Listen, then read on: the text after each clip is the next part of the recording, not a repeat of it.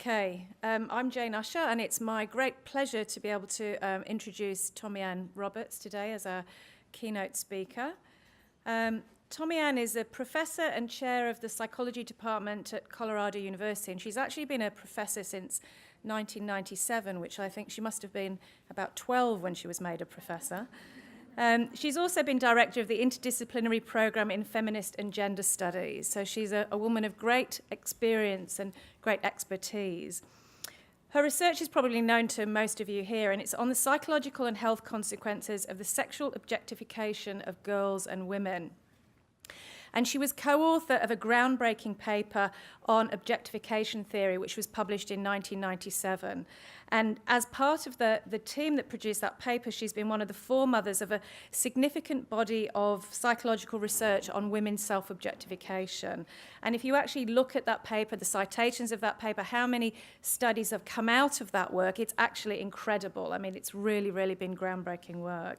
And I still give it to graduate students today who are really excited about it and kind of introducing this theory. And I know there's a couple of students here that I've introduced it to recently who are really excited, one who's actually on the same table as Tomi-Ann. Tomi-Ann also played a major role in the American Psychological Association task force on the sexualization of girls, which produced a damning report on the role of the media in sexualizing girls and young women and portraying young women as sexual objects. And for those of you who haven't read that report, I really encourage you to do so. And looking at the psychological, emotional, and physical consequences of the sexualization of girls and women. And she also brings her critical gaze into the non-academic mainstream as a menstrual advocate and a blogger for Kotex. And I think she's going to talk about some of that work today. So Tomi-Ann's talk is Mainstreaming the Flow, Still Selling My Soul to Start the Conversation. And can we all welcome Tomi-Ann to the podium?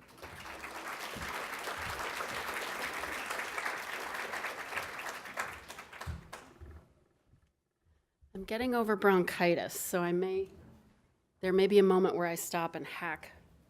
We'll see. What a lovely introduction. Thank you so much, Jane. I'm not a PC user, so I want to... Aha, okay. I want today to sort of talk about both the perils and the pleasures of moving from scholar to advocate, and which has been sort of the theme of my work for the last, oh gosh, I guess 5, 6, 7 years. And there have been many perils, but there have been some pleasures. So I think I'm going to start with the perils and then move to the pleasures so we can end on a high note. We'll see. You know, scholarly research, which I've done, I've spent the last 25 years or so doing, is nothing if not a closed room, right? We scholars are speaking to one another in peer-reviewed journals. Maybe 3 other people read our piece, and then we go meet with them in a conference, and we talk to each other, and we sort of continue to navel gaze and all that kind of stuff. And we hope that maybe the media will pick up some of our better work, and it'll get out there. But for the most part, there's a kind of closed quality, I've realized.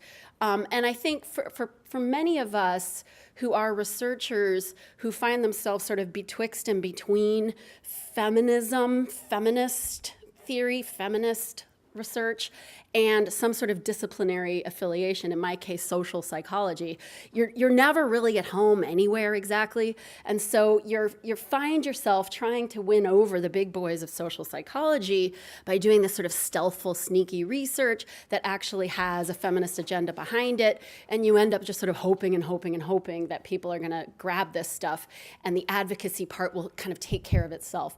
Well, it doesn't tend to. And so I found myself considering, why I became a psychologist in the first place, and thinking, I really want some of this work to get out there to people who might need it. The girls who are reading 17 magazine, who, by the way, aren't 17, my God, what are they, 8, 9?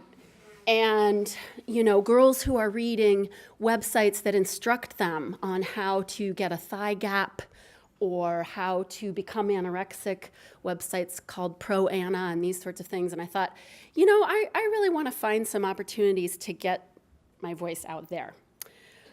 So the question becomes, when you leave that closed room, how are you going to maintain the integrity of the work? What are the moral dilemmas? And I want to talk a little bit about some of those.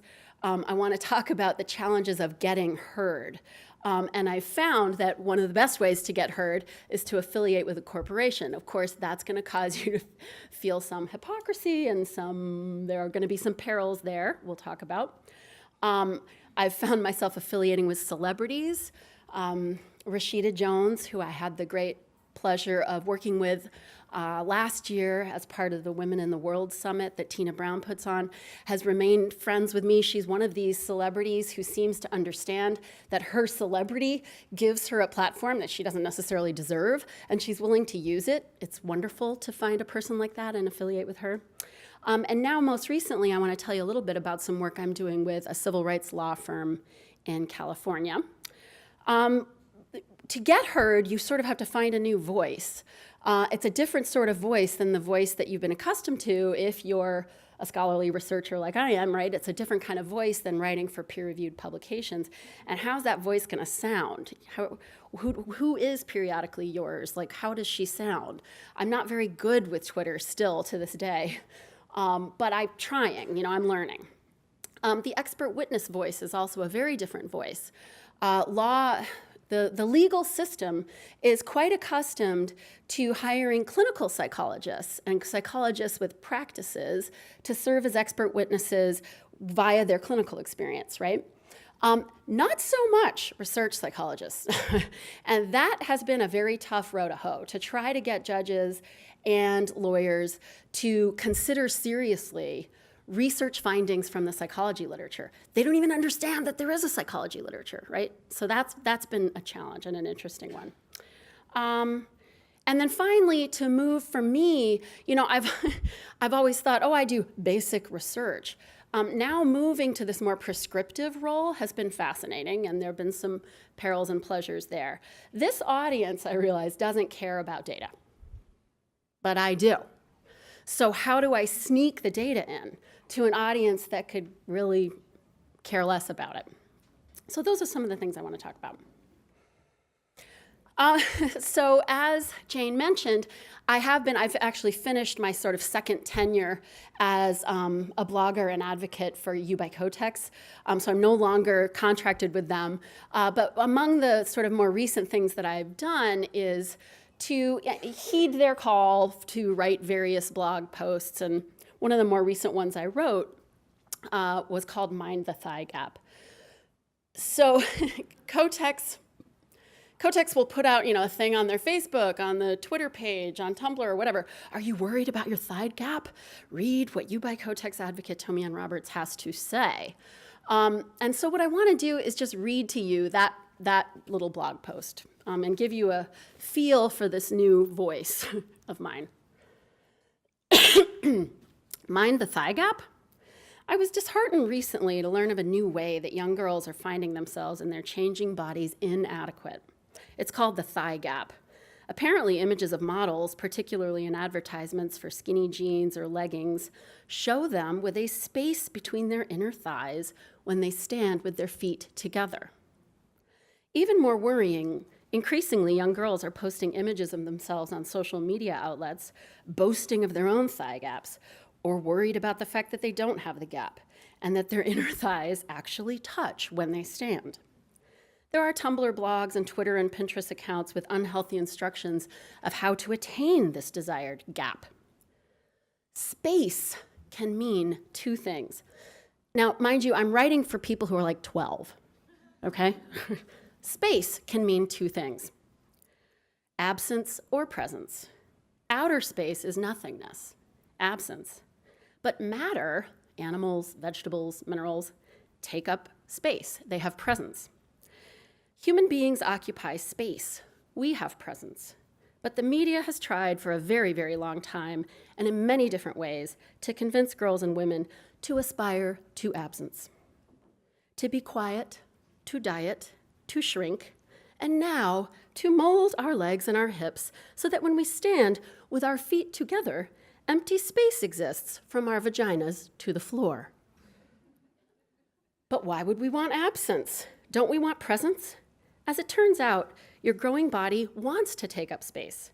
To do this, it has a timing all its own. Some of us develop sooner, some a little later, and it involves a redistribution of fat to your hips and breasts, which fill out. Your period starts, you become a woman. If you do not attain and maintain your particular body's appropriate weight, you will not have your period. Your period will be absent, and that will be a sign that you are not at your healthiest. In the London subway, called the Underground, there are signs that warn people to mind the gap. This means be careful of the empty space between the subway car and the platform.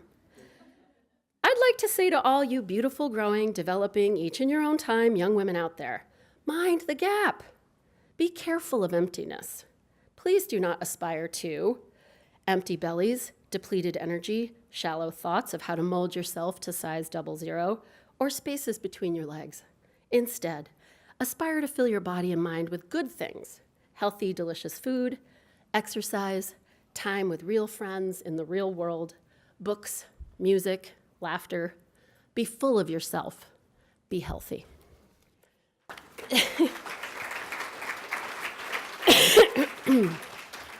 So there was one example of one of the blogs that I wrote for You by Kotex, and I had a really great time writing that and thinking about how it is that you can speak to 12-year-olds about such a thing. And the brainstorm that came to me was this idea that space has sort of two different meanings, right? Okay. I had many other assignments, many assignments. I wrote many blogs. Imagine getting this assignment sent to you over email. Topic: vaginal cosmetic surgery is an increasing trend, but is this the right message to send girls? Dispel the myths behind a perfect vagina. Counter with boosting satisfaction and confidence in changing teen bodies. And the tone, they told me, needed to be upbeat, supportive, encouraging, and informative. Wow, okay. Like, when I got this assignment, I really had not yet heard much about this new trend in labiaplasty. So I got this, I'm like, what are they talking about? Cosmetics? Okay, what? Where? You know? So then I make the mistake of Googling this thing, and I'm like, holy crap. I have to write for 12-year-olds in an upbeat tone about, don't take your vulva and shrink it, like, surgically? Oh my gosh, that was a challenge. So there's just an example of the kinds of things that I've had to do. So that particular blog post ended up getting, I titled it, I Want Mine to Look Like Hers. And I spoke about growing up in Finland and about experiencing sauna, which of course you all, here we pronounce it sauna, but it's actually pronounced sauna. And in sauna, of course, we sit naked and we get very hot. And we're sitting typically with same gender. So when I was a young girl, first the girls and women's sauna. So my grandmother, my aunts, my mom, my sister, me, and then later on in the evening, the men and boys all sauna. But so I had the great good fortune growing up of sort of seeing not only that breasts look really different over the lifespan and between people, but as a small girl, like learning that vulvas really differ too. And so I put in this blog, some look like a V and others look like a W. And shortly thereafter, girls who log on to the You by Kotex website, by the way, the primary source of information nowadays that girls get about their sexual and reproductive health is from the internet, not from their mom, not from their sister, not from school. And so a lot of them wrote, I'm a W, or someone wrote, I'm a V. Wait, I don't even know what a W looks like. There was all this kind of debate about that. That was fun. Okay. What's a W?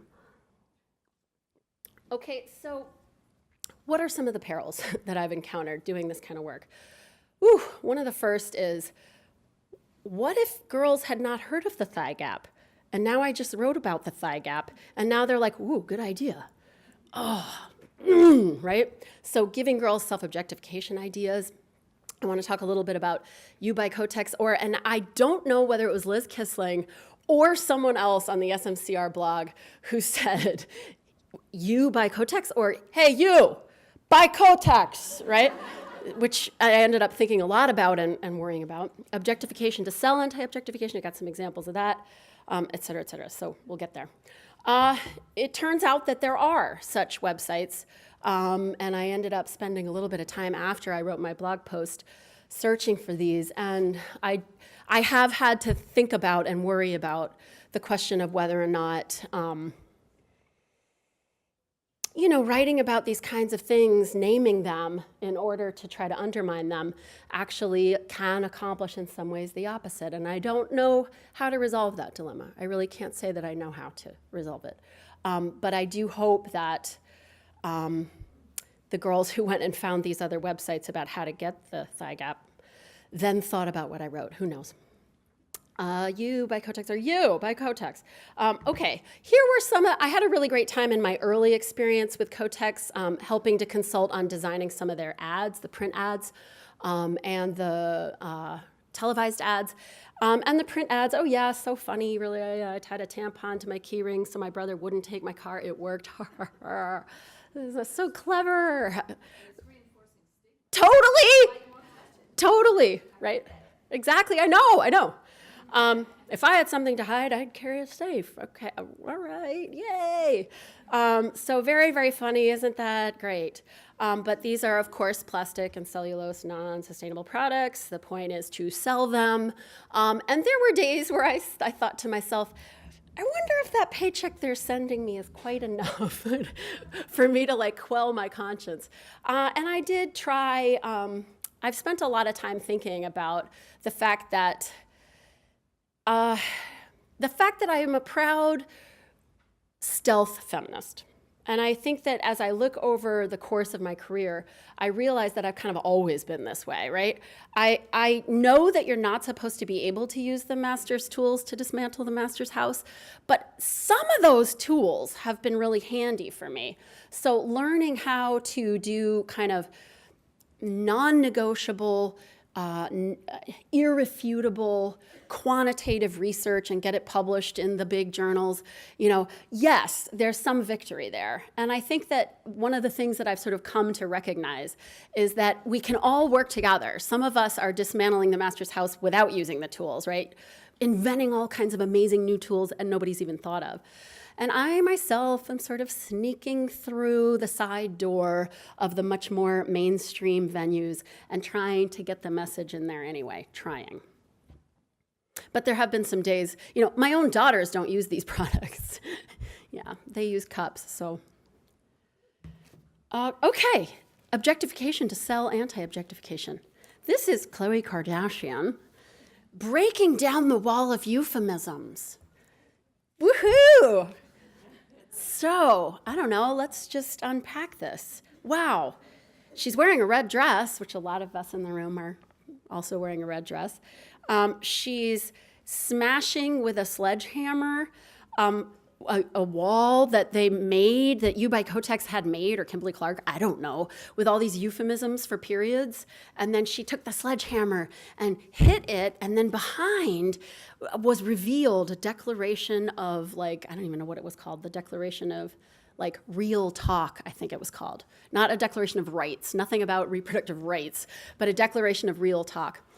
So there was a lot of objectification to sell anti-objectification, in my view, in this campaign. Not only was Khloe Kardashian picked as the spokesmodel, but most of the ads implied, just as Joan is saying, things like, even though we are arguing that we have power because we can go buy our tampons in neon plastic colors and we can feel proud to buy these tampons, what we're being sold is a kind of 24/7 sexualized availability. No one needs to know you menstruate. These corporations are terrified of the pills that cause menstrual suppression. They're not selling as much product as they used to. So they're wrapping these products up now in this really sexy way to say you are still a 24/7 sexualized and sexually available human, just like Khloe Kardashian in her red dress. Yeah, oh boy. So when I was on this panel at Women in the World, I don't know if you know Mika Brzezinski. She's an interesting character. So there I am, you can sort of see me from behind, and Rashida, and then Mika was sort of a late addition to our panel and was asked to chair the panel. And so Winnie, who's a young girl who's in between Rashida and me, had made a really interesting documentary about self-objectification and sexualization, and she's like 14 years old. So it was going to be the three of us, and then Mika Brzezinski was supposed to simply host our conversation. We had worked for quite a long time about the topics we wanted to hit, but oh my God, Mika gets up there and decides that she's going to sort of basically hijack our whole panel. We only had 20 minutes. And what she did was remove her makeup for all to see. Yeah. It was stunning. And she did it quite slowly. She talked about how difficult it is for her to reveal her true hideous self from underneath all this makeup. And done. Curtains close, and the next group has to come on. And it was really it was stunning to me to see that despite all the preparations we had made, a celebrity like this can sort of turn it completely into objectification to sell anti-objectification. The whole point of the panel it was titled, What Are We Selling? What are we telling and what are we selling our daughters? And this is what she did. The other thing I had put on the slide was difficult comments. Here are some of the difficult comments that I had to cope with after my Mind the Thigh Gap post. Wow, if that isn't a double-edged sword. Be healthy and your period becomes present. So you're telling me, had I not been healthy, I would not have gotten this dreadful, crappy thing called a period and had the body of a lifetime? Oh yeah, I know which one I would have chosen. Love the gap. These are tough things. You can read them. I don't have to read them out loud. I'm 15 and I hate to say that, or the male parts. Only do the sick kids just say them out loud or not in a name.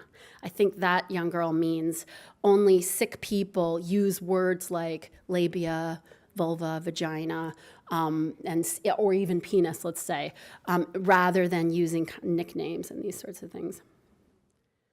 I guess the one I have never had sex came after I had written, I want mine to look like hers. These are tough things. Okay. So that's my as I mentioned, my U by Cotex work has come to an end. And I think I've decided that if they ask me to come on for a third round, I think I'm done with that. I think I'm moving on to some other things. I was contacted several months ago by a civil rights law firm in California. And they asked me, they found me because of my work, and they were wondering whether or not I would provide expert testimony for a case that I'm about to tell you the facts of.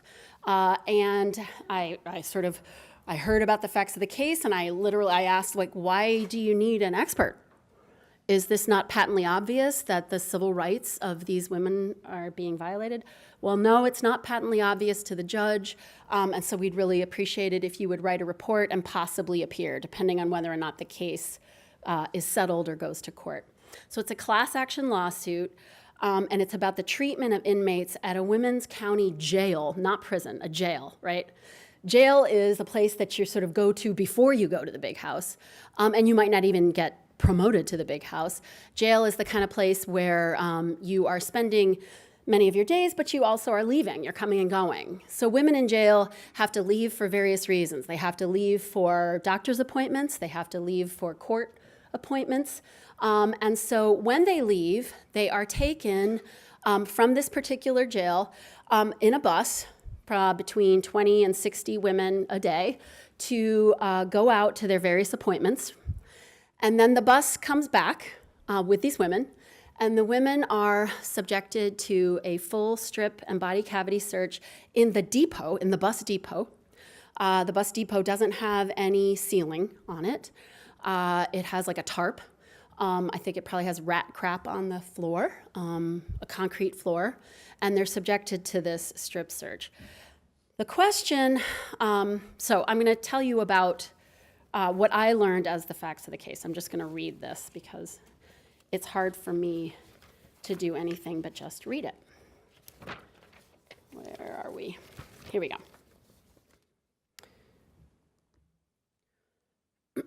Between 20 and 60 female inmates are strip and body cavity searched in a bus port outside the county jail most weekdays upon booking and or return from any medical appointments or court hearings. The strip and body cavity searches are conducted publicly, that is, en masse. All of the inmates coming back are subjected to the search in a circle, in a group, and is conducted and monitored by female deputies. The inmates stand together, sometimes in very close proximity to or even in physical contact with one another, and within view of one another during the procedures. While in this bus port, the women must remove their clothing, are told to lift their breasts and bellies, and then to bend over and spread their buttocks and labia to expose their rectums and vaginas.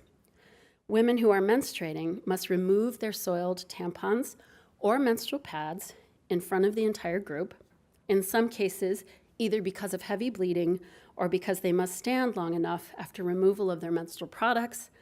Women bleed down their legs and onto the floor of the bus port during the procedure.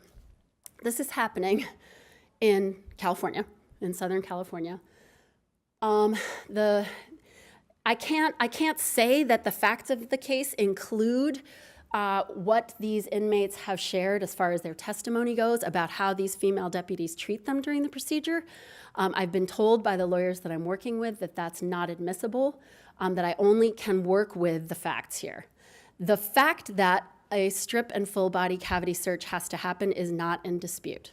The only thing that this law firm can dispute is whether or not it should be done under these conditions. Should it be done publicly, and should it be done in this bus port? So that's all I've got to work with. Now, how do you do that? People are shaking their heads, right? Do you agree that this was a strange phone call to receive? I hear the facts of this case and they say they need an expert on, I was like, on what? What part of my expertise? Well, the fact that you've done research that says that women feel ashamed about their bodies. Okay, what else? Well, it does seem as though the judge needs to hear some more information about the fact that women don't commonly change their menstrual products in front of one another. He says that this strip and body cavity search is the same as what might happen in a locker room or at a spa. I'm not making this up. He feels, how can this be any different than how, don't women hang out naked together all the time? And do this sort of, wouldn't it be just the same as being in a spa? So I'm hearing all this and I'm thinking, okay, I wonder whether I can do this. The issue is something like, how do you cope with the fact that something seems to you sort of patently obvious? And how do you then back up enough to be able to write a report that will convince a judge who thinks that this strip and body cavity search is nothing more traumatic than women hanging out together in a spa? Like, where do you begin? How do you begin, right? And the questions that I've been battling with in working with this law firm is, in my mind, when I try to convince this judge that this is problematic, am I reifying all of the things that we are in this room to try to start dismantling? What the hell, right? This is difficult. So I've shared here on this slide some of the sections of my report. So my report begins with a section titled, "The vast majority of women feel unhappy with their body's appearance." And in that, I cite objectification theory and, now coming up on a couple decades practically of research on self-objectification. Reminding women about their body's appearance causes shame and anxiety is the second section. In this section, I talk not only about my own work with my colleagues, a now kind of famous study that we call the swimsuit sweater studies, where we had participants dress and all alone in a dressing room, either in a swimsuit or in a sweater, and women standing all alone in a makeshift dressing room in a swimsuit feel pretty crappy about themselves, no matter their BMI, and end up performing more poorly on concurrent cognitive tasks than do women in sweaters, whereas we saw no difference between the garment groups for men. And what I try to argue in this section of the report is many of the deputies say that women are very uncooperative during this procedure. They must be yelled at. They have to be yelled at. Not that hole, bitch, the other one. Not those cheeks, bitch, the others. Spread them, pull them apart, spread them, bend over. They use their nightsticks to encourage that. And so what I tried to argue in this section of the report is that our work suggests, and other work that's followed up on our original swimsuit sweater studies, that there is a kind of cognitive flooding that happens when you are made to be aware of your body and its sexualized parts. And in this case, you are in public view doing so, and you are being asked to perform a task. You are flooded, and it is probably very difficult for you to even hear the instructions that these deputies are shouting at you. If you can't do math problems, I can guarantee you don't know which lips to spread. Like, you don't know what's happening, right? So in that section, that's what I argue. Women make comparisons to other women. In this section, I try to talk about the public nature of this strip and body cavity search. Women are particularly ashamed and even disgusted by their vulvas and vaginas. Again, it's hard to write titles for sections like this because I don't want these things to be true, right? This is an is-ought fallacy problem. I don't want these things to be true about women. My work is trying to make these things not be true about women, but the fact is they are true about women. Then I move to the menstruation part. Menstruation is considered unsanitary, disgusting, and contaminating. I cite Martha Nussbaum here and the work of many people in this room. You are all in my report. Our culture urges menstrual management be done in secrecy. I try to even talk about things like Liz Kissling's work. You can't walk down the hall with your tampon clean and wrapped, much less pull your tampon soiled out of your vagina and let it drop to the floor of a busport in front of 60 other women, right? Just as defecation is done in private, I argue, so too are menstrual products changed in private. There is a reason why women's public bathrooms have individual stalls. When men pee, they do so in view of one another at urinals. We often find ourselves standing in long lines outside women's public bathrooms because there aren't enough stalls for us. But it seems as though the stalls might be there because we may be not only defecating, we might be doing something like changing our menstrual product. I know that for cup users, there's been a movement to try to see whether or not in the individual stall, we could also have a sink, right? Because it's very difficult when you have your cup to do your changing, and step out of the stall, go to the sink, and rub it right, and go back in. It's a great conversation starter, I know, yes. My daughters have wonderful stories about that. Yeah. Bring a water bottle in the bathroom. There are a lot of solutions women come up with, right? But I do think that as of now, most of the women that you might talk to would say, I would prefer to do that management behind a closed door. That would just be what I would prefer. And even if I am at the spa, I don't pull my tampon out before I put the plush robe on in front of everybody. I don't tend to. I mean, maybe with my closest friends I might, but I doubt that I would in front of strangers in the spa, right? I don't think so. They would, for being, what would they call it? Yeah, offensive, certainly, right?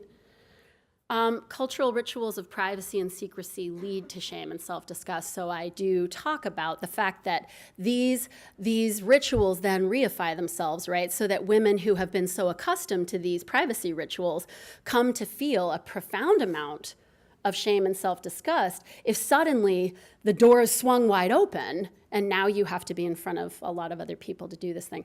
I also talk in, I can't remember which section, I have to say things like, men are used to holding their penises many times a day to urinate. There are women who do not know the names of their genital parts and who also don't ever touch them, ever, right? Tampons with applicators enable you to never put your finger inside your vagina, to never have to spread your labia, to never have to obey the commands that these deputies are asking these women to obey. And the lawyers are having trouble with this section of my report. How can it be the case that women don't know what they're being asked to do? They don't, right? It's perfectly reasonable that they wouldn't necessarily have an intimate knowledge of their own parts. They've never touched them. They don't have occasion to, right? So this is the work I'm doing on this case. However, well, we'll get there. Some pleasures. Yeah. Yes. Oh, yes. This is just my part, right? So this is a civil rights law firm. This is a class action suit. And the argument is that these women's human and civil rights are being violated by this procedure, right? And by the public quality of the procedure, because we cannot argue against the procedure itself, right? And the location, right? So it's the public quality and the location. And that the argument overall is that this is a violation of their rights. And my part is a very, very specific part, right? I mean, Angela Davis and others have written about, many of the testimonies of these inmates are things like, this is the most traumatic thing that has ever happened to me. I felt sexually violated. I felt as though the body cavity search was like a rape. And so there are other experts as a part of this case who are talking about these feelings and this quality of the procedure, of the assault quality of it, the violent quality of it, and my part is this other part, right? But it's a it's an enormous amount of material, and this law firm is bringing an enormous amount to bear on it to try to convince this judge who really does think that it's just like being in a spa. Yeah. You think it is?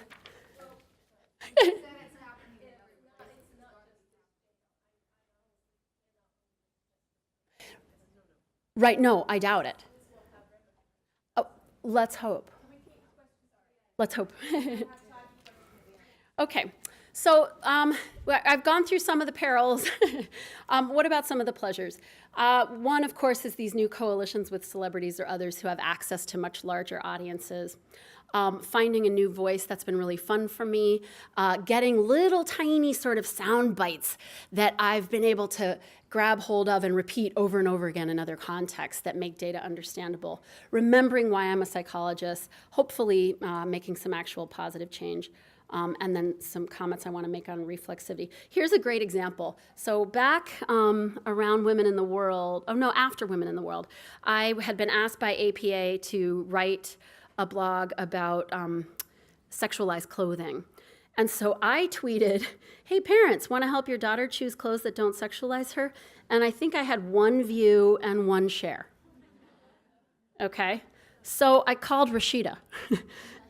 And I don't know if you know this, but Rashida Jones had sort of made waves by daring to say, as a celebrity, female stars, stop over-sexualizing yourselves. And many people found her comments really offensive. Why was she targeting people like Miley Cyrus? She was trying to make a point. And so she wrote back to me, this is fantastic. And she quoted something that I had said. And she said, isn't this the crux of the problem? Happily, I will tweet this.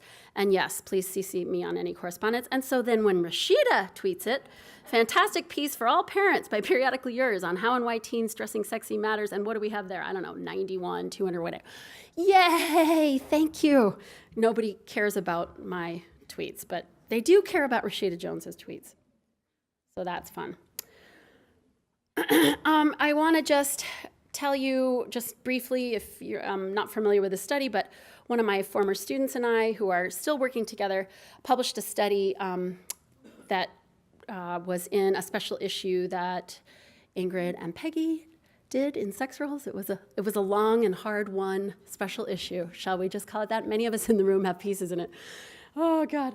And our piece was about religious women's experiences with menstrual rituals.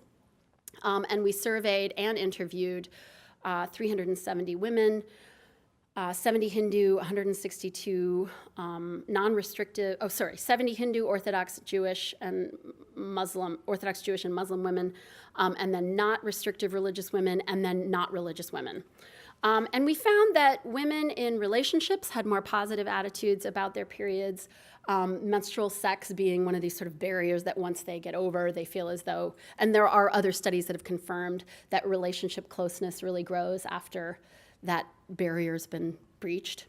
But then we also found that women in the traditional religions that require strict rituals definitely had more negative attitudes overall about their menses, but ironically and interestingly, they also had more positive communal feelings regarding menstruation. Many of these women, the Orthodox Jewish women who attend the mikveh, the Muslim women who aren't allowed to go into prayer sites, the Hindu women who have to sit sometimes in a corner in a room and not allow any food to pass between them and others, all said things like, everyone knows. It's just everyone knows when you have your period. And we found that there were some ironic positive features to that. This hit the media, and we had some really interesting coverage about it. And one of the little sound bites that I came up with was, I want to bring menstruation out of the closet. And for some reason, that one really hit. And I think a lot of you have said a similar thing. But that's the kind of sound bite that I think really gets the conversation going on an airplane. I recommend it. So even though the women in the jail don't necessarily want to pull their soiled menstrual products out in full view of one another if they don't know one another, there is something that we are missing in a culture that means that every aspect of our menstruation is utterly and completely secretive and private. What do we lose when we don't get to go to the mikveh with our friends and they know and we all know that we're having our period? And that's a conversation that I think is a really cool one to start and to think about. Okay, fine. Here are some positive comments that really gave me hope. Girls shouldn't worry about thigh gaps or being extremely skinny. If Beyonce doesn't have a thigh gap, neither should you. The second comment was in response to that first horrifying comment in the previous slide. I'm 17 right now, but about a year ago, I was only taking in like 400 calories a day so I could achieve the gap. Anyways, I didn't have my period for 4 months. Thought I was pregnant. Stick with healthy and period. I really liked that one. I have a vagina and I'm proud. Ba-da-da. Right, vagina. That was another thing about working with Kotex. Not a lot of other words, right? The whole thing's called the vagina, and nothing, right? You just always talk about your vagina. Let's see if I can get this to work. Breaking the silence on Fox News. I don't know. I actually did a local Fox News piece, and it's kind. Embark on their journey as a woman. They are sometimes misinformed about their vaginal health and are embarrassed to talk about it with their parents. Well, tonight we're breaking the silence. Look at this guy. Tomi-Ann Roberts. Thank you for being here. And tell me how you got involved in this. You were saying there's an organization that. Tell me about the organization and how you got involved. Well, thanks for asking. And by the way, it's pretty awesome to be talking about vaginal wellness with a man. Vaginal wellness. That was the code words we had to use in Kotex. Vaginal wellness. With a new online community that Kotex and an organization called Girls for a Change have collaborated to create, to start busting some of the myths, breaking the silence, enabling girls to have honest conversations, ask really tough questions, and get honest answers. Well, what are some of those myths? I mean, I've read. I know one of them I read. Oh, God. 1 out of 3 women are actually embarrassed to buy tampons or pads. Oh, absolutely. And I think that embarrassment stems from some of these myths. For example, we've had girls ask the question, can boys and men tell when I am on my period? There's a myth that was a fairly benign one, and we're able to say, no, of course they can't tell. Of course they can't tell. The famous old myth, if I go swimming when I have my period, will a shark attack? We got that question a lot of times. Some of the more difficult myths are things like the idea that there's something dirty or unclean about your period, and we're helping girls understand that your period is a part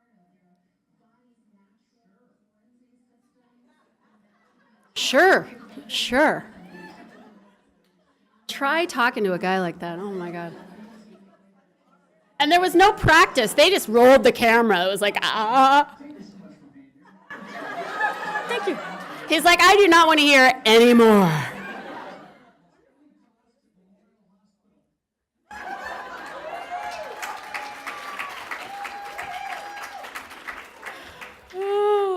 So yeah, I urge you to, if the local Fox News affiliate calls you, say, sure, yeah, I'll talk about vaginal wellness.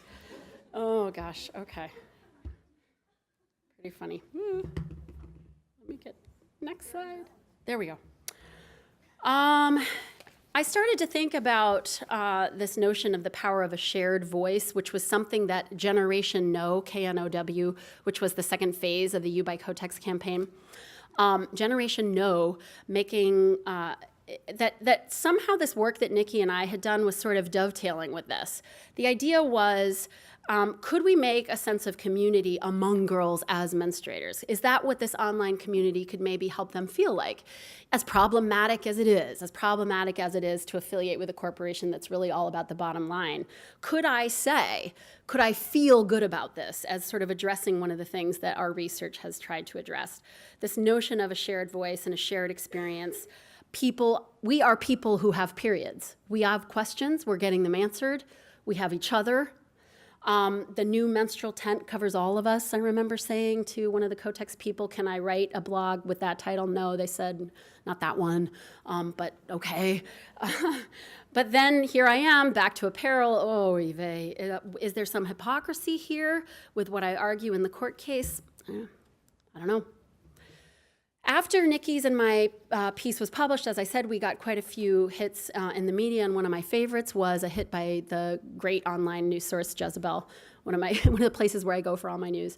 And this, I can't remember. I can't remember who wrote it, but she said she talked about this community finding that we had. We could get an app for our phone that will alert us to menstruating ladies in our vicinity. That way, we could find our Kotex compatriots and feel for a moment like we belong to something bigger than ourselves. And that gave Nikki and me an idea. So here's my final slide, reflexivity, or sort of circling back, right? We feminist scholars believe in reflexivity, right? We learn something from the research, we bring it back. We bring it back to the participants of the research itself, or we bring it back to the community in a new form.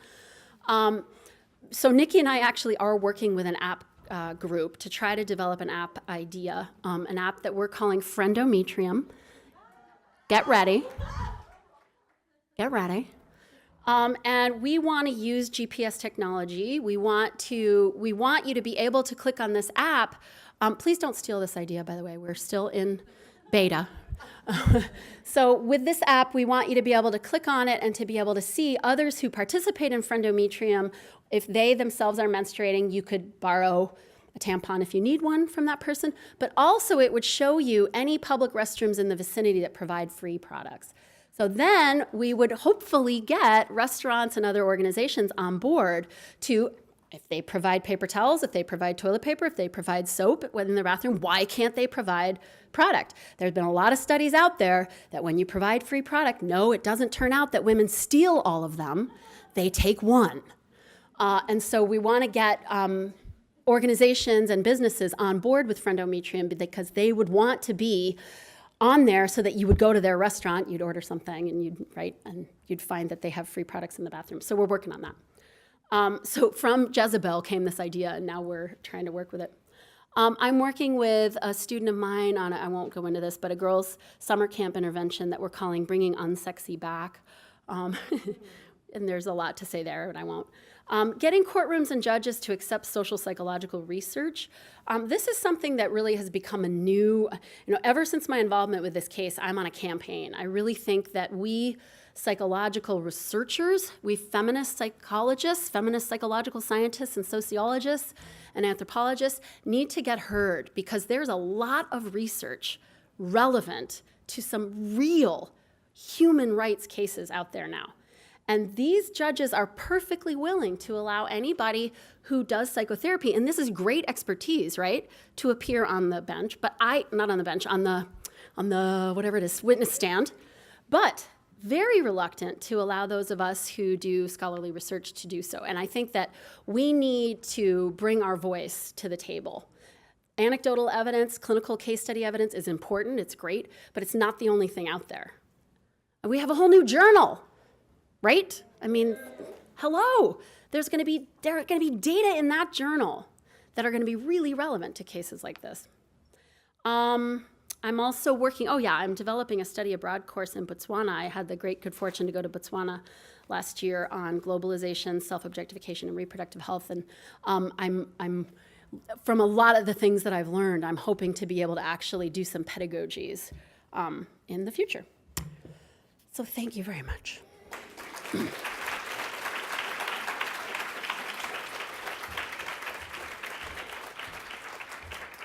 So thank you, Tomi-Ann, for a really stimulating and thought-provoking talk. And we have actually got time for comments and questions. We've got quite a bit of time, if Tomi-Ann's happy. Jeanette's going to go around with the mic. So anybody like to? We've got one over there. Oh, this is going to be my workout for the day. That was amazing. I'm really excited about your work. I was wondering, I'm curious about your opinion about all the controversy around Caitlyn Jenner and the cover, because it's like on one hand it's creating tremendous cultural space for trans women, but the controversy. Right. Well, as usual, I think Jon Stewart nailed it, right? I don't know if you got to see his piece on the cover, but he has that crotchety guy voice that he does, and his crotchety guy voice. Here's what you hear men saying about Caitlyn Jenner. You take the corset and the makeup off, you wouldn't bang her. So his point was sort of like, welcome Caitlyn Jenner to what it's like to be a woman in the United States today, especially a woman of a certain age. You will soon discover that all the commentary is going to be about whether you're bangable, whether the outfit that you're wearing is believably sexy enough. And then you will also be compared to other women. Are you as sexy as Kris Jenner? Someone's already talked about that. And then also you have an expiration date, right? So a lot of people's commentary is things like, she looks so good for her age.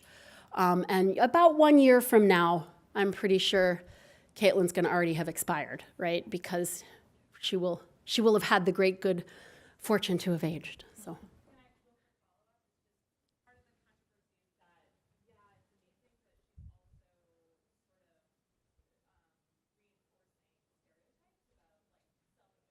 Sure, right. Oh boy, that's a huge thing to unpack, isn't it? I can't remember which feminist revolutionary of the first wave said something like, if I can't dress up, I don't want to be part of your revolution. Emma Goldman.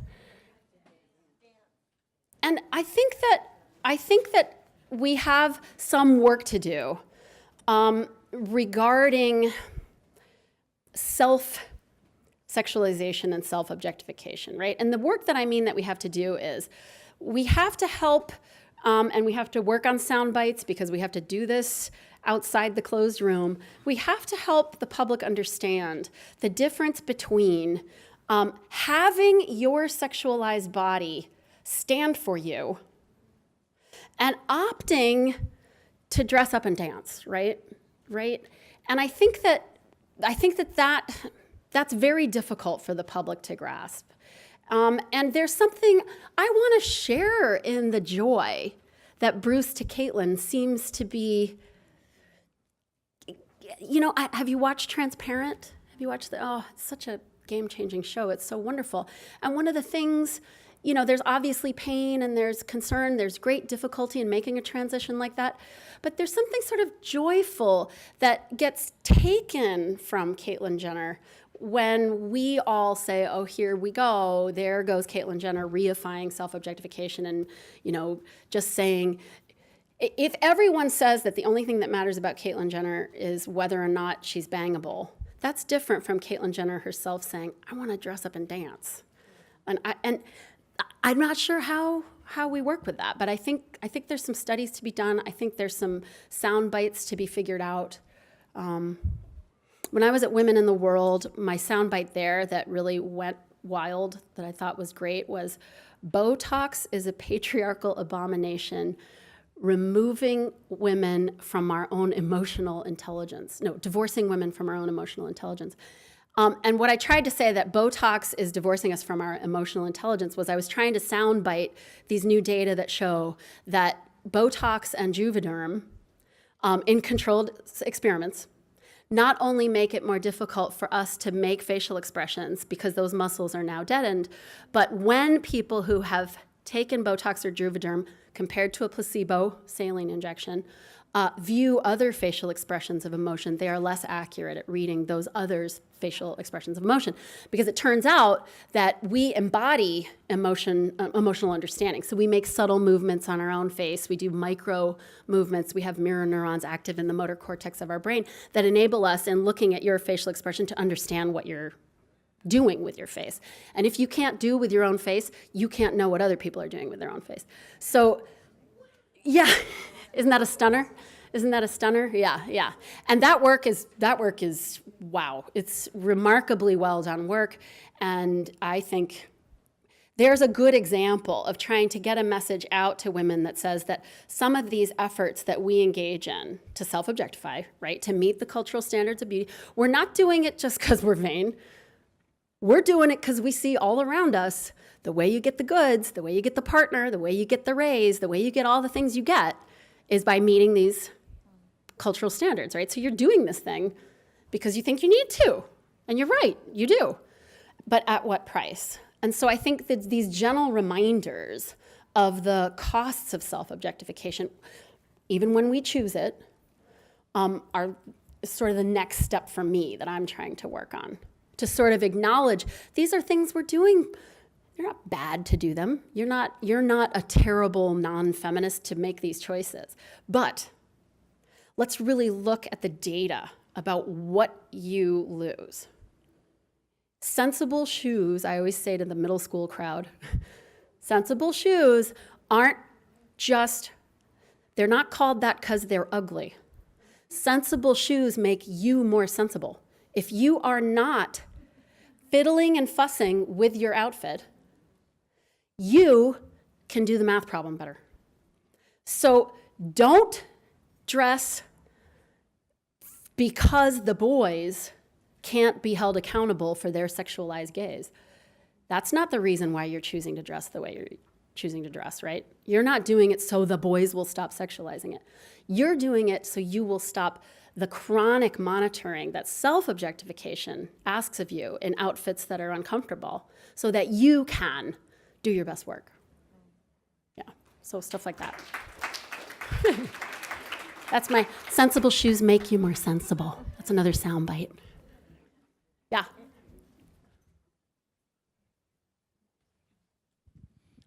I heard your comments about some human rights violations, but I didn't quite get the context and the facts. Could you please highlight some human rights violations in the context of menstrual management? Yes. But I couldn't get the facts. Could you please highlight? Right.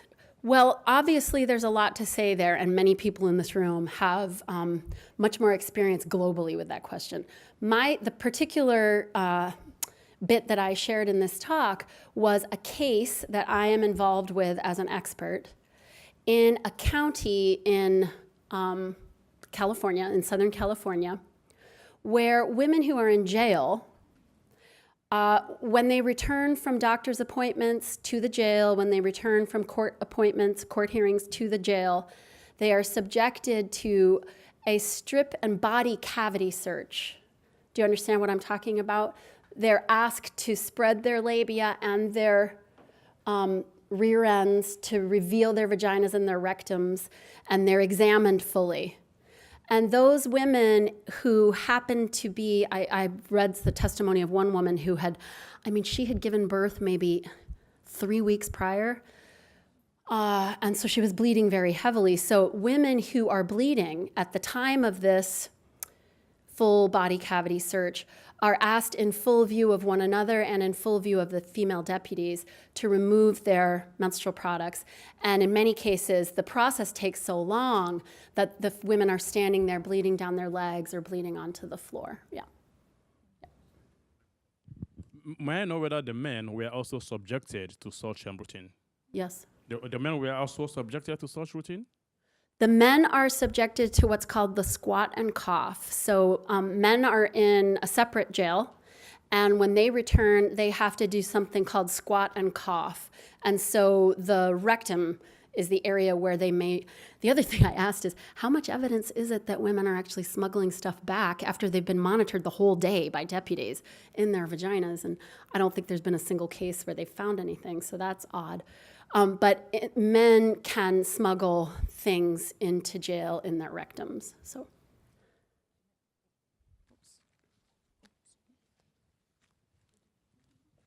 It's got sensible shoes on. Yes! Look, making her so sensible. Yeah. I'm Helena Brooke with the Red Web, and a colleague of mine had the policy removed in San Francisco Juvenile that requires girls to go collect one tampon at a time from a male or female deputy, because they might, if they had several of them, tie them together and hang themselves.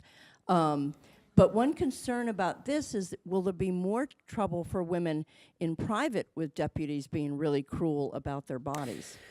I know. Here, the thought, when we go to the airport now, you stand in this thing, right? And doesn't it come around you and it shows like everything? Can't they have a system like that? Yeah, no. Right. Right, right. Okay, we've got a question here. Excellent question, though. The potential for abuse could be even greater privately. Hi there, my name is Iris. I'm from Holland. When you were telling the story about the jail and the judge, all I could think of was, does someone actually question that judge? Like for thinking what he is thinking and making such a big deal of it and making such a big research of it.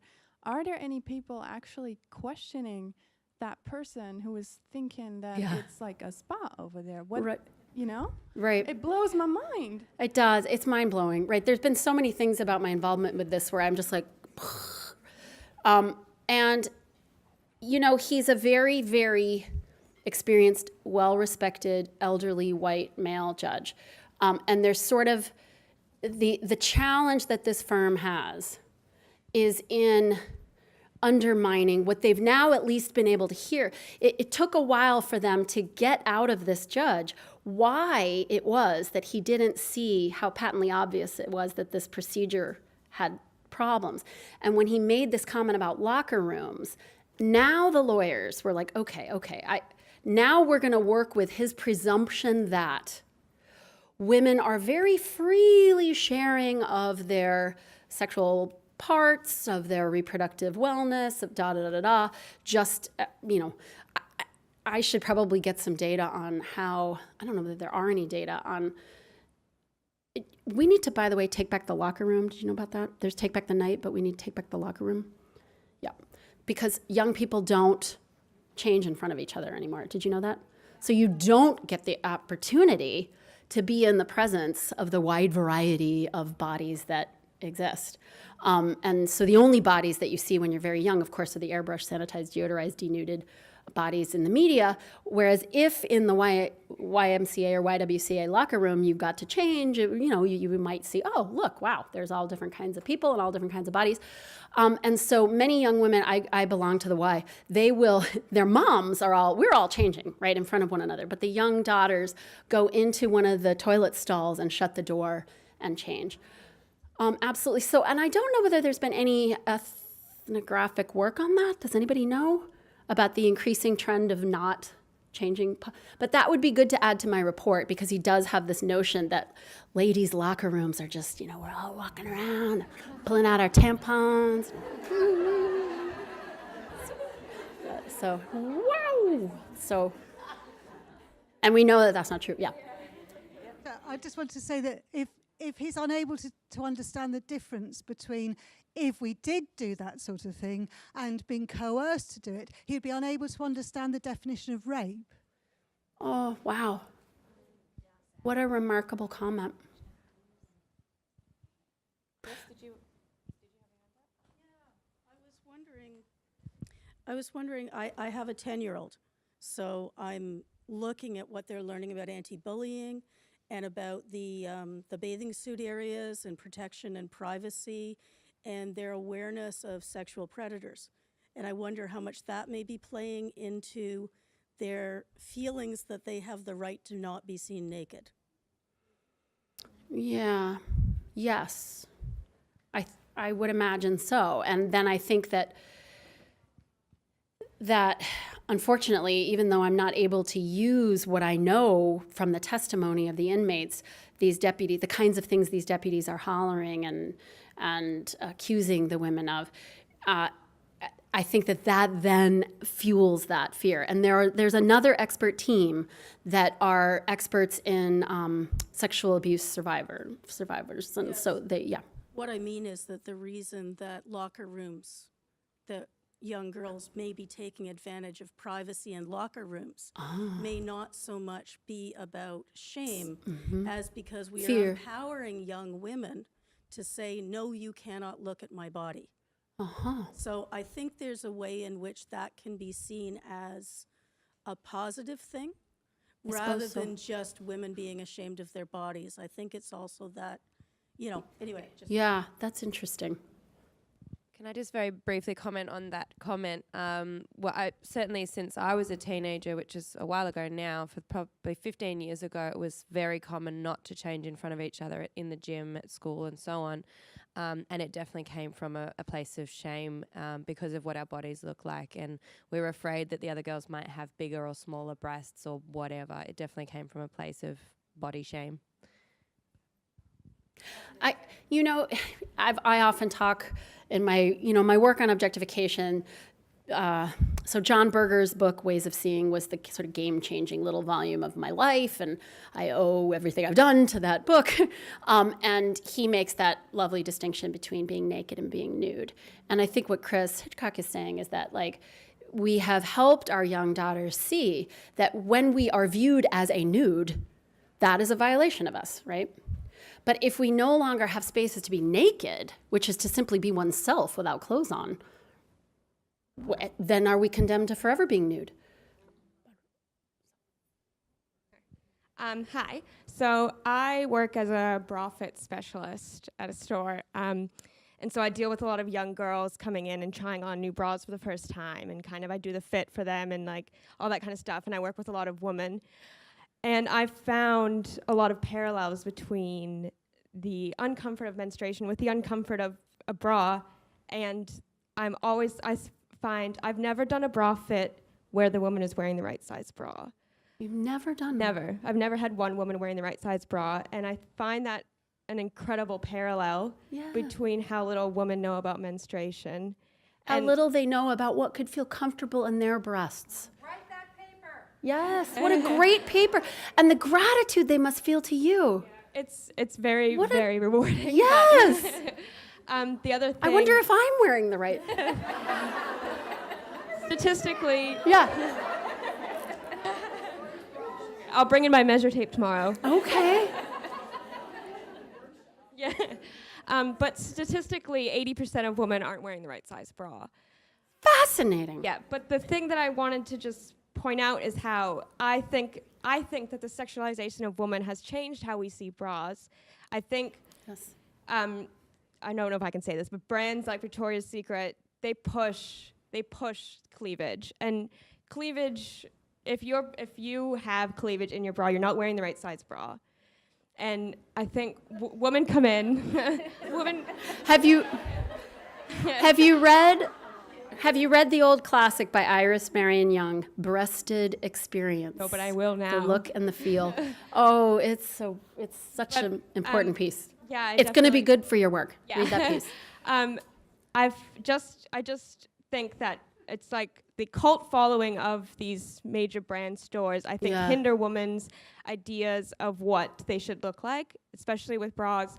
Women think that bras go up to an H cup, and most women are above a double D. And people don't know that, and it's very sad when young girls, 12, 13, 14, come in and they're like a G cup, and they've been wearing a C because they think that their breasts are small because they see these images of women in Victoria's Secret with huge boobs, and they say, oh, I'm a D.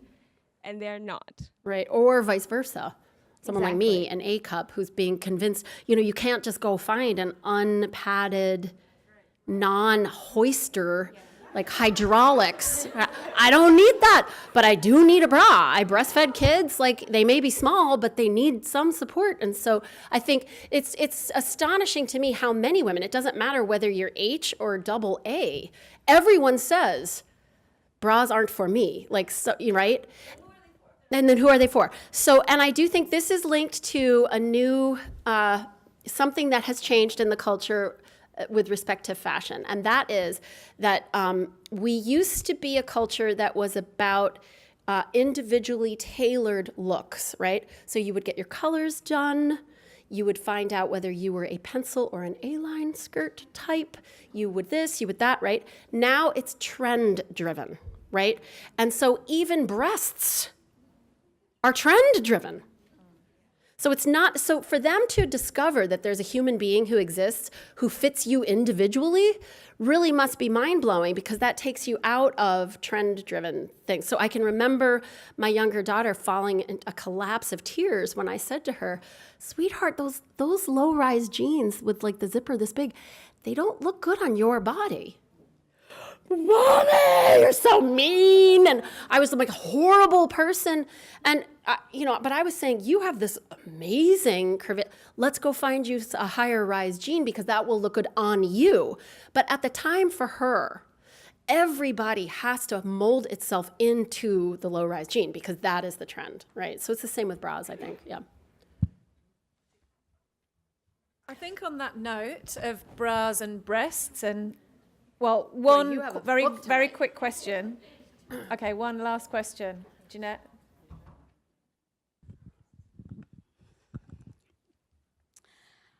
I was faced... Hello, can you hear me? Yes. I was faced with having to go through a mastectomy about several years ago after a lumpectomy. And the question, and it was very interesting because at the hospital, and I had to go through a whole thing to do or not to do reconstruction or not do a reconstruction. Right.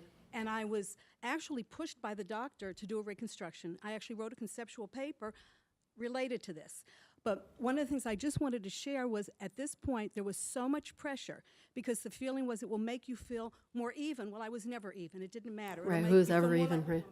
But there's actually a sign at one of the hospitals here in Boston. You walk in, and there is a sign with a woman swimming, and it says, "Come to us, and we will make you feel better about yourself."